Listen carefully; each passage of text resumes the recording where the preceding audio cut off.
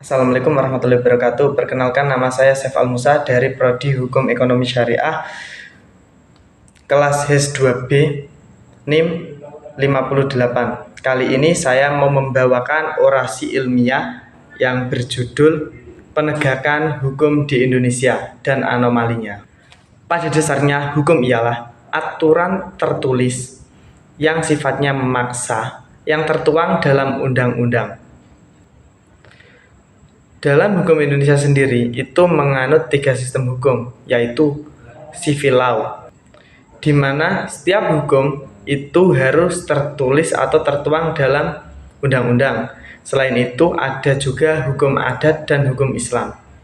Dalam penegakan hukum di Indonesia seringkali terjadi permasalahan, khususnya ketimpangan sosial yang terjadi dalam masyarakat.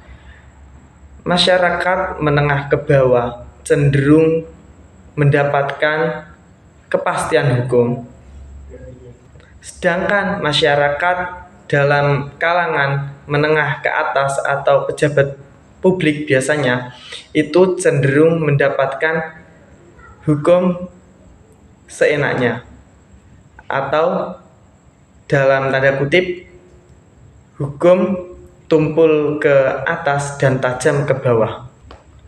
Contohnya, ketika seorang nenek yang mencuri singkong di hutan pemerintah, nenek tersebut mendapatkan perlakuan hukum semestinya.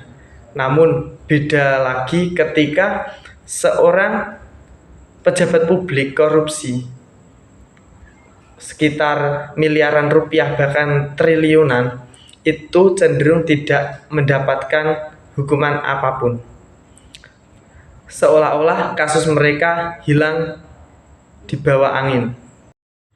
Dalam adagium hukum ada istilah yang namanya equality before of the law, di mana semua harus berkedudukan sama di mata hukum.